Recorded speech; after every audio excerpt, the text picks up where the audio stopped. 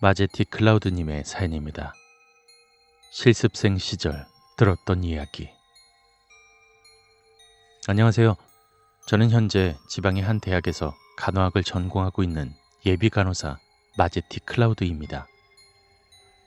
4년간의 대학 생활을 마무리하며 글을 써봅니다. 전공이 전공인지라 학기 중엔 이론 실습과 임상 실습, 과제 등 힘든 나날들이 많았습니다.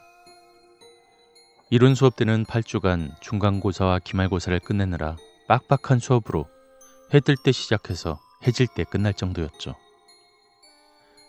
실습 때는 의료진들에게 욕하고 막말하고 벼슬이라도 단마냥 협조 안 되는 환자들, 실습과 실습 관련 각종 시험들을 2주마다 준비하고 봐야 해서 여간 스트레스가 아니었습니다. 하지만 몸이 좋아져서 퇴원하는 환자분들, 또 저를 기억해 주시고 먼저 아는 체 해주시고 실습생 고생한다며 먹을 것 하나라도 챙겨주시는 분들을 뵈면 스트레스들이 눈 녹듯 사라지죠. 서론이 길었네요. 2년 동안 2주씩 여러 병원, 여러 부서들을 돌다 보니 그 병원들마다 여러 가지 에피소드가 있겠죠. 제 이야기는 제가 대학교 1학년 때 그 병원에서 보호사로 일하시다가 우리 학교에 입학하셨던 형님께서 해주신 한 정신병원에 대해 들은 이야기이고 직접 그 병원에서 실습하며 들었던 이야기입니다. 아무래도 정신병원이다 보니 일반 병원보단 외지의 위치에 있어 주변엔 산과 고속도로만 보였습니다. 뭐라고 표현하진 못하겠지만 일반 병원과는 매우 다른 분위기였습니다. 그 정신병원은 병동이 어떤 부속 건물이냐에 따라 다르겠지만 A 형태로서 A가 벌어진 부분이 저희 간호사들이 근무하는 스테이션이었고 각 2개의 복도를 기준으로 병실과 화장실, 식당 등이 있는데요. 2개의 복도 끝엔 큰 전신 거울이 있었습니다.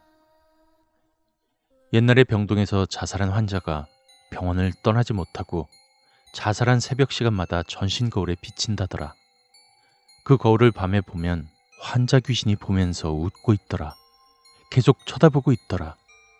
아니다, 신규 간호사가 힘들어서 밤 근무 때 자살한 거다 등등 여러 가지 괴담이 많았습니다.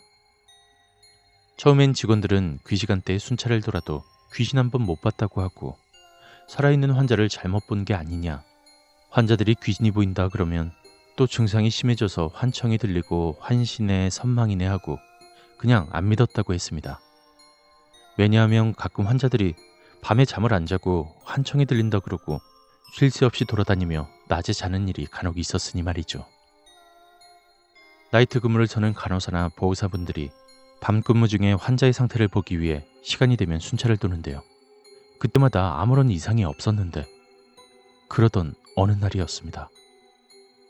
그날도 여전히 한 간호사가 깨어나 돌아다니고 있는 환자가 없는지, 병실의 환경은 괜찮은지 등을 체크하기 위해 순찰하고 있었을 때였습니다. 한쪽 복도 끝 화장실 앞에 전신 거울에 한 여자가 거울 쪽을 보며 고개를 숙이고 울고 있는 게 아니겠습니까?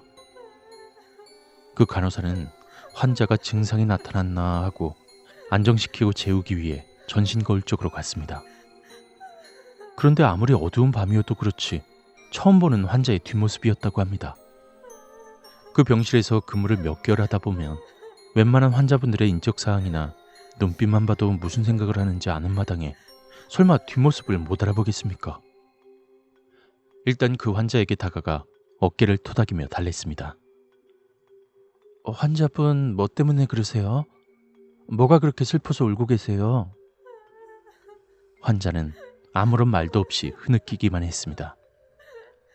간호사는 계속 말을 걸으며 달래고 있었는데 그때였습니다.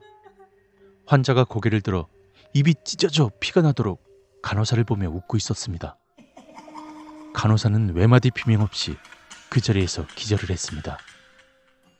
마침 보호사도 쓰러지는 소리를 듣고 복도 쪽으로 나가보니 간호사는 쓰러져 있었고 전신 거울엔 어떤 형체가 연기처럼 사라져가고 있었다고 합니다. 정신 차려보니 아침 6시였고 새벽에 있었던 이야기를 하니 다른 간호사들 역시 자기가 방 근무를 할 때 그 전신 거울 앞에서 그러한 현상을 봤다고 말했습니다.